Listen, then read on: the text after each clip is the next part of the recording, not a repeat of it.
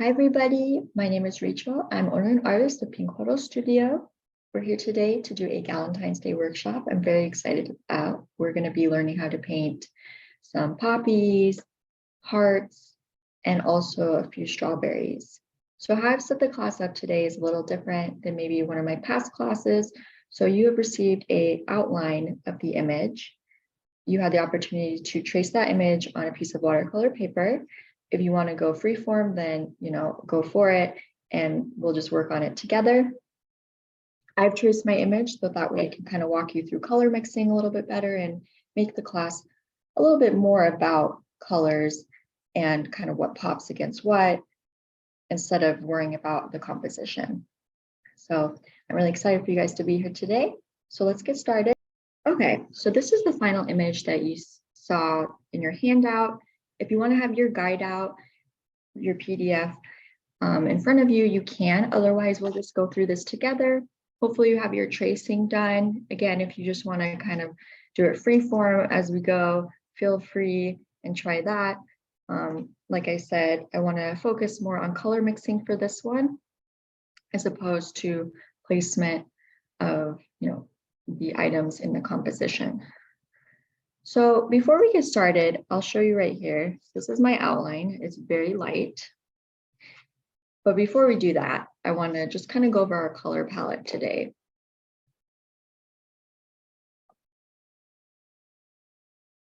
I did mention in the email that the colors don't have to be exact. You want to just maybe try to find a similar tone to get a similar look in your painting. But again, if you don't have these colors exactly, it's not a big deal. We'll just work with what you have. So I have this kind of deeper red that they call scarlet, a jewel red, which has like a little bit of like dark depth to it. The difference between these two is that this scarlet is a bit brighter, I would say, than the jewel red. The jewel red is a little bit cooler. And then you have rose, which is more pink, coral, and then there's like a yellow orange, so like more orangey. And then there's like a deep yellow that's more golden, so not lime yellow, not lemon yellow, but more gold. So a warmer yellow as opposed to a cool. And then we have permanent green, which if you have like an ivy or something along this line, because we're not really using this green too much, it's more for the stems. And also we will be using it to mix for the tops of the strawberries. We have emerald, which is very bright color. And then we have a light blue, which is one of my favorites, it's like a cornflower blue. And then we have a lilac, which is a lighter purple. So say you have like lavender, or if you have like a deep purple, but just really, really lighten it up, you could use that as well. And again, if you decide that you want to kind of switch out a color instead and make like your hearts a little different, because you can, there's a lot of variation that you can work with within this painting. So feel free to kind of do what you like, but these are just the colors that I will be using with the painting today.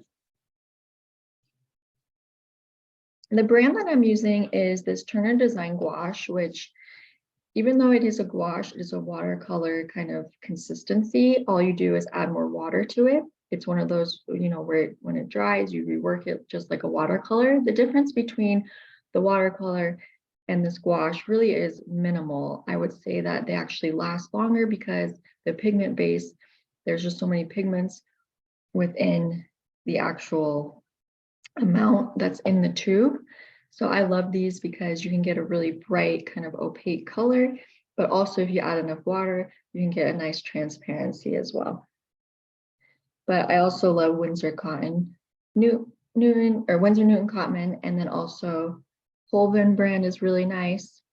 So those are all brands to try as well. So if you need a minute to swatch, then you take that minute. But I have my swatches all done. So I'll give you 1 minute to do that. Now that you have a little time to create your swatches, also the swatches are on your handout. So if you need references, go back to your page with your color swatching, and you can use that as a reference for colors as well. So I think I'm just going to dive into this painting. That way we have time to finish it. I'm going to keep the final version in front of me. So with your handout, you have that as well. So keep it in front of you. So let's get started. I have my palette to my left side. I'm a left-handed painter. So if you're right-handed, I suggest you put it on your right side. I've filled my colors, actually use multiple palettes that I have. You might, as you paint, start having, the same thing. I like to start with my florals. So what we're going to do to start, I'm using a number 8 brush. So let's talk about brushes for a second. So I'm using a number 8 watercolor brush, and then I'll also be using a number 2.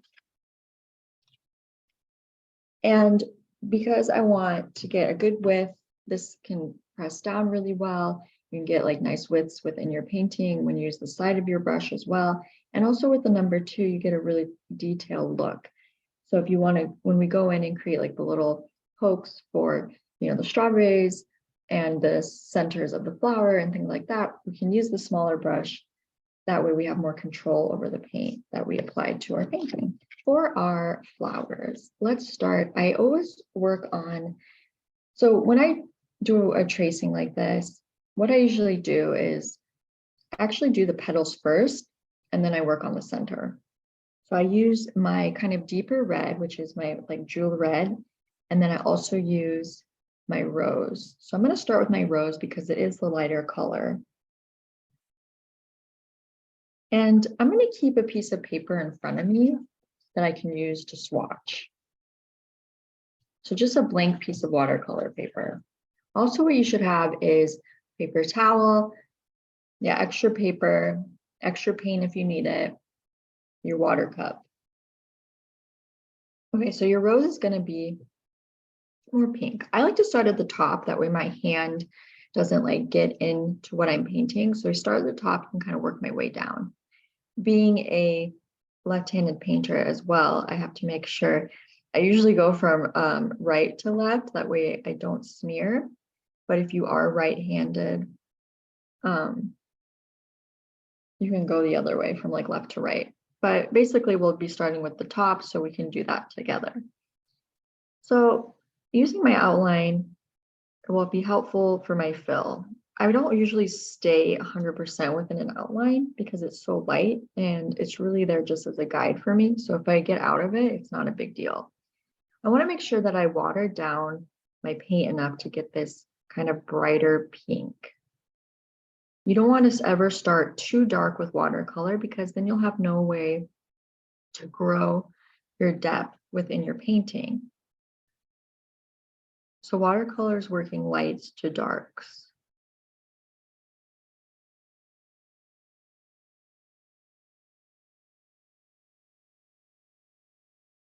Okay, so notice I filled that. You notice how there's a little depth even towards the center here? Well, I'm going to create more of that by adding in a little bit of like a darker red. And I'm going to use my small brush for this and less watered down, just so that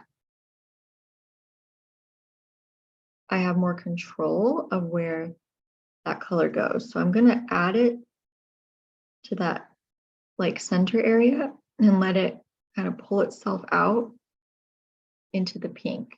But again, I'm using less water. That way the red doesn't go as far and that there's pink still visible. You don't want to cover up all that pink that you've applied, because otherwise then you'll end up with one shade.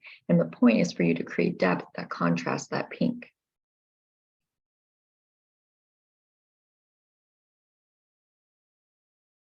Okay, so while that's drying, let's move on to the next one. Same idea. I'm going to grab some of my rose pink,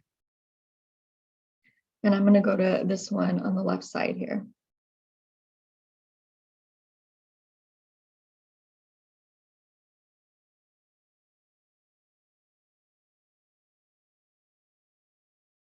Fill your brush back in with paint as you need it. If you start noticing spaces, or like less of a flow with the water, that's when you know you need to refill. You want it to be really flowy. So if you're having a hard time and the brush is catching, that just means you're not using enough water. I like to leave a little white space in between petals that are really close together like that when I am using the same color, like I did up here. The reason for that is because I want them to look separated. I want them to be more defined as petals, especially because I am using the same color.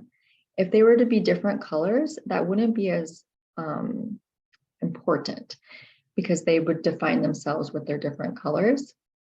But in this instance, we want to create that definition. And to do that is that sometimes you have to leave a little white space to create that definition, okay?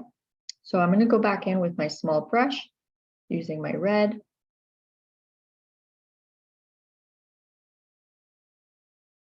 Okay, that one was a little thick, so I'm going to water it down just a little bit. There we go. So I think that petal has dried. So what I'm going to actually do, and this is a good thing to show you guys, if your petals do dry, what I like to do, take my brush, kind of get some of the paint out, more water, kind of go over it like that, but you don't want that hard line. So take some paper towel, lift the color out,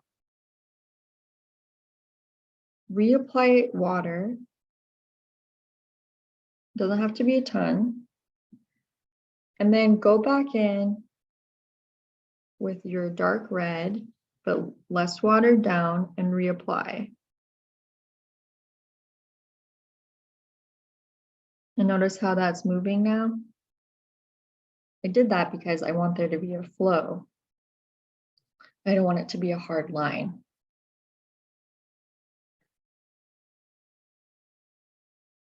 I'm also going to lift a little color out of this edge.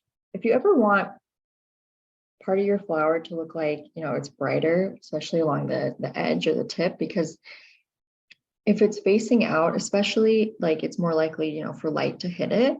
So I like to use my paper towel sometimes and lift out a little bit of the edge. You can also use your brush by cleaning your brush out with a little water, vibrating up against the surface pretty quickly, and then drying the brush on a paper towel.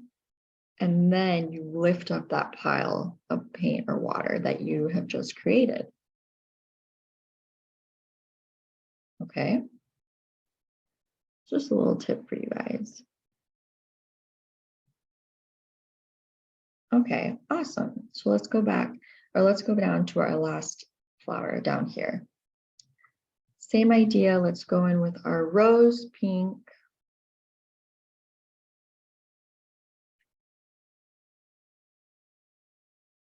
Fill in your space, leaving a little white in between some of the petals for definition.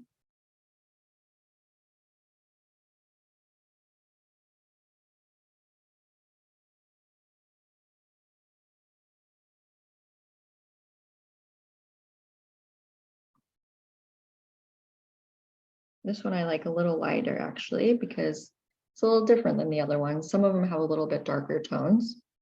Then before that dries, I'm gonna go in with my red and do the same thing. And that one is much more wet, so it looks like it's bleeding out farther. So if I need to lift some of that color out, I can with my brush, like I showed you before, just absorbing the water.